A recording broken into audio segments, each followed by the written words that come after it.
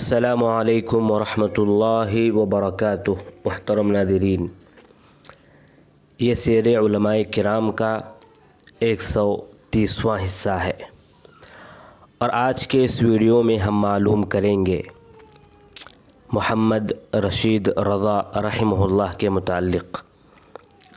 محمد رشید رضا جو اصلاح کے علمبرداروں میں سے ایک تھے، محمد عبدہ کے خاص تلامذہ میں سے ایک تھے، اصلاح اور تجدید کے علم کو لے کر اٹھے تھے، امت میں ایک نئی روح پھونکے تھے، ساکن کو متحرک کیے تھے، غافل کو تنبیہ کیے تھے، دعوت اور اصلاح کے جو بھی راستے تھے اس کو اپنائے، اپنے ہدف پر کام کیے، مختلف صلاحیتیں رکھنے والے تھے، مفکر اسلامی تھے، اپنے دین کے لیے غیور تھے، صحافی تھے، المنار نامی مجلہ جاری کیے تھے، مؤثر تھے، بلیغ کاتب تھے، سیاسی آدمی تھے، زبردست مفسر تھے، محدث تھے، ادیب تھے، لغوی تھے، خطیب تھے، اصلاح کے خواہاں تھے، امت کے امور اور ان کے قضایا کو لے کر بے چین تھے، مربی تھے، معلم تھے، اصلاح کے خواہاں تھے، امت کو آگے لے کر جانا چاہتے تھے۔ ان کا مکمل نام ہے محمد رشید بن علی رضا بن محمد شمس الدین بن محمد بہاء الدین ابن علی خلیفہ قلمونی۔ قلمونی اس لیے کہ آپ قلمون نامی گاؤں میں پیدا ہوئے جو طرابلس سے 3 میل کے فاصلے پر ہے۔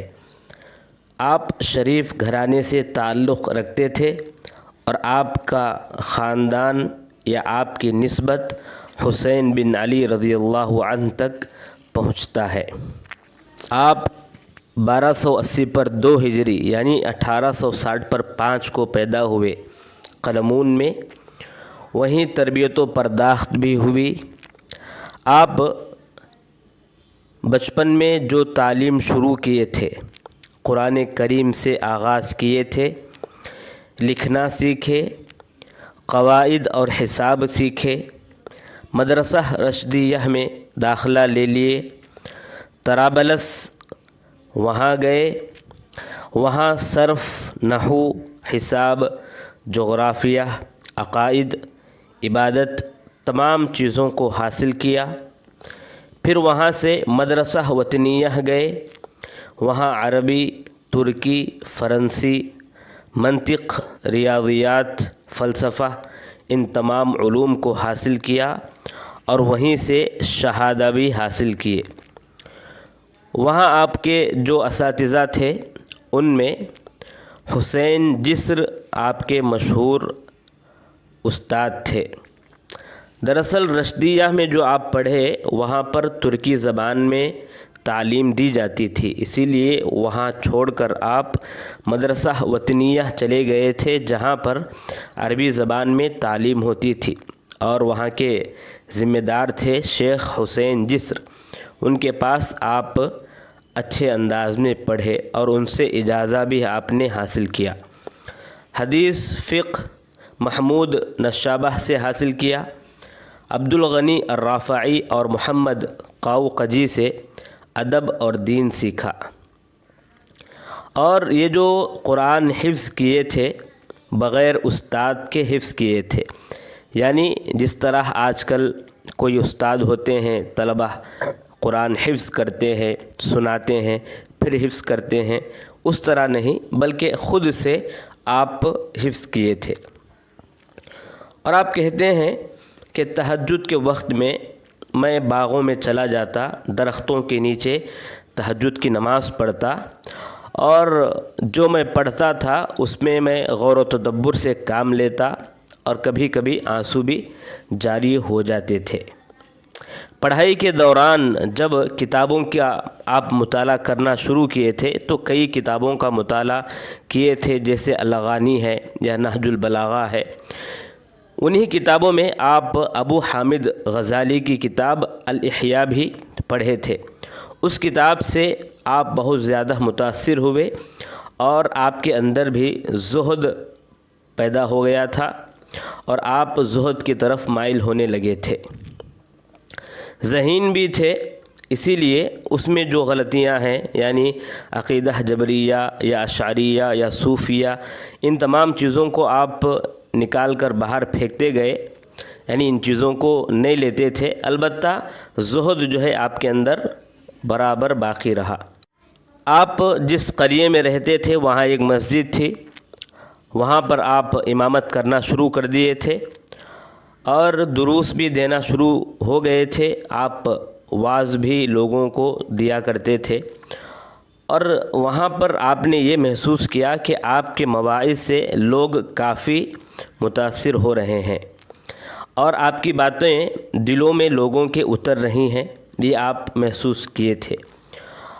اور صرف مسجد میں نہیں بلکہ مسجد کے باہر بھی لوگوں کے پاس جاتے، جہاں پر لوگوں کی مجلسیں جمتی ہیں، جہاں پر لوگ قہوہ چائے وغیرہ پیتے ہیں، وہاں پر باقاعدہ جاتے تھے اور لوگوں کی اصلاح کرتے تھے، ان کو نماز کی طرف بلاتے تھے۔ اس کا فائدہ یہ ہوا کہ کئی لوگ توبہ کر کے اللہ کی طرف آنے لگے تھے اور ان کے اندر دینداری بڑھنے لگی تھی۔ اور اسی طرح عورتوں کے لیے بھی خاص باقاعدہ مجالس انتظام کیے تھے اور ان کو طہارت، عقیدہ، پاکیزگی، اخلاق، ان تمام چیزوں کے بارے میں آپ ان کو سمجھایا کرتے تھے۔ اس طرح آپ اصلاح کے کام کو آگے لے جا رہے تھے۔ اسی دوران آپ عروۃ الوثقیٰ نامی ایک مجلہ جو نکلتا تھا اس کا مطالعہ شروع کیے تھے۔ اس مجلے کے نگران محمد افغانی اور محمد عبدہ، یہ دونوں اس مجلے کے نگران تھے۔ آپ جب اس مجلے کو پڑھنا شروع کیے، مطالعہ کرنا شروع کیے تو آپ کے اندر تبدیلی آتی گئی اور آپ اصلاح کی طرف دھیان اپنا دینے لگے، یعنی لوگوں کی اصلاح کرنی ہے، ان کو سمجھانا ہے، ان کو سکھانا ہے اور ان کو دین کی طرف بلانا ہے، یہ آپ کے اندر پیدا ہوتی گئی۔ اور دوسری بات یہ کہ آپ محمد عبدہ سے بھی 2 مرتبہ مل چکے تھے، کیونکہ وہ بیروت آیا جایا کرتے تھے تو آپ ان سے 2 مرتبہ مل چکے تھے۔ اور محمد افغانی سے بھی آپ ملنا چاہتے تھے لیکن ان سے مل نہیں پائے، ان کی وفات ہو گئی تھی۔ اس طرح آپ اصلاح کی طرف آگے بڑھنے لگے اور اپنے کام کو آگے بڑھانے کے لیے طرابلس سے مصر کی طرف چلے گئے، طرابلس چھوڑ کر مصر کی طرف چلے گئے۔ مصر جا کر وہاں پر محمد عبدہ کے ساتھ مل کر آپ اصلاح کا کام شروع کر دیے تھے۔ اور جس سال مصر گئے تھے اسی سال آپ المنار نامی مجلہ بھی شروع کیے تھے، تاکہ اس مجلے کے ذریعے دینی مضامین لکھ کر لوگوں کی اصلاح کی جائے، اور ہوا بھی فائدہ۔ اس مجلے سے دینی اور اجتماعی اصلاح مقصود تھی، فتاوے آپ سے پوچھے جانے لگے تھے اور اپنی کتابوں میں آپ شریعت اور عصری چیزیں دونوں کو واضح کرنے میں لگ گئے تھے۔ مجلہ المنار 34 مجلد شائع ہوئے۔ اس مجلے کے اپنے وقت میں یہ بہت ہی عظیم پرچہ تھا اور مشہور پرچہ تھا، اثر بھی خوب ڈال رہا تھا۔ 70 سے زائد سال ہو چکے ہیں اس مجلے کو، لیکن آج بھی اس کی منزلت باقی ہے۔ اس مجلے میں تفسیر قرآن کریم ہوتا، جو محمد عبدہ لکھتے تھے یا کوئی اور بھی لکھتے تھے تو انہی کے خیالات کو لکھا کرتے تھے، انہی کے انداز میں لکھا کرتے تھے۔ اس کے بعد فتاوے ہوتے تھے، یعنی جو قارئین تھے اس مجلے کے وہ سوالات کرتے تھے اور رشید رضا جواب دیا کرتے تھے، اور یہ سوالات فقہی اعتقادی دونوں طرح کے ہوتے تھے۔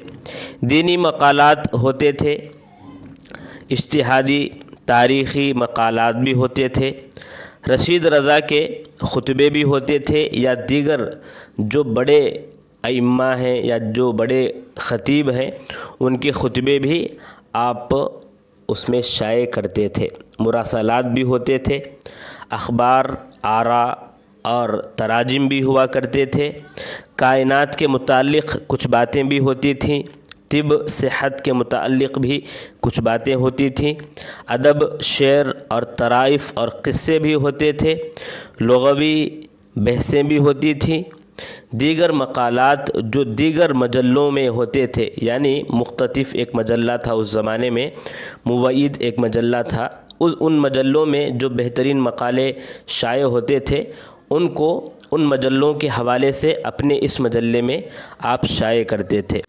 آپ اپنے اس مجلے کو چلاتے ہوئے کئی دیگر کتابیں بھی لکھے تھے۔ آپ کی مشہور کتابوں میں خود آپ کی تفسیر ہے جو 12 جلدوں میں ہے لیکن مکمل نہیں ہے۔ اسی طرح ایک کتاب ہے آپ کی تاریخ الاستاد محمد عبدہ، اسی طرح نداء للجنس اللطیف، اسی طرح الوحی المحمدی، اسی طرح یسر الاسلام و اصول التشریع العام، الخلافہ، الوہابیون والحجاز، محاورات المصلح والمقلد، شبہات النصارى و حجج الاسلام۔ یہ آپ کی چند کتابیں ہیں۔ آپ پر چند مواخذات ہیں، یہ ہیں کہ آپ بعض غیبی چیزوں کی تعویل کرتے تھے، جیسے میزان، کرسی، سور پھونکنا، ان کی آپ تعویل کیا کرتے تھے۔ نمبر 2، مہدی کا آپ انکار کرتے تھے۔ نمبر 3، دجال کے متعلق شک میں مبتلا تھے۔ نمبر 4، معجزات کا انکار کرتے تھے، یعنی معراج خواب میں ہوا تھا۔ شق قمر کا واقعہ بھی غلط ہے، اس طرح آپ کہتے ہیں۔ نمبر 5، ملائکہ اور جن کو بیکٹیریا کے قبیل سے آپ گردانتے ہیں۔ نمبر 6، آحاد اخبار میں متردد نظر آتے ہیں۔ نمبر 6، عقل میں سمجھ آنے تک نقل کی تعویل کرو، یہ آپ کہا کرتے تھے اور آپ کی پالیسی تھی یہ۔ نمبر 7، ابن عربی صوفی کی آپ تعریف کرتے ہیں، ابن الفارس کی تعریف کرتے ہیں، ابن سینا کی تعریف کرتے ہیں، حالانکہ ان کے متعلق باتیں واضح ہیں۔ نمبر 8، کعب احبار کو آپ زنادقۃ الیہود میں شمار کرتے ہیں، حالانکہ ان کے بارے میں بھی بات واضح ہے۔ اب آئیے آخری بات کریں۔ آپ کی وفات جو ہوئی اس طرح ہوئی کہ آپ سوئس گئے تھے، امیر سعود عبدالعزیز بن عبد الرحمن آل سعود کو پہنچانے کے لیے کار میں گئے تھے، اور سوئس پہنچنے کے بعد پھر آپ وہاں رکے نہیں، آرام نہیں کیے، پھر دوبارہ جو ہے واپس ہو چلے تھے، فوراً لوٹ چلے تھے۔ حالانکہ آپ کو کہا گیا کہ آپ آرام کر لیں، لیکن آپ آرام نہیں کیے تھے، واپس ایسے ہی لوٹ گئے تھے، اور رات میں سوئے بھی نہیں تھے، قرآن پڑھتے ہوئے آ رہے تھے۔ اچانک آپ کا سر چکرایا، گاڑی روکی گئی اور آپ اندر ہی آرام کریں گے اس ارادے سے اندر بیٹھے تھے، لیکن اسی وقت آپ وفات پا گئے۔ گویا کہ آپ 1935 میں وفات پائے۔ انا للہ و انا الیہ راجعون۔ اللہ تبارک و تعالی آپ کی خدمات کو قبول فرمائے اور آپ کو جنت الفردوس میں اعلی مقام عطا فرمائے۔ آمین یا رب العالمین۔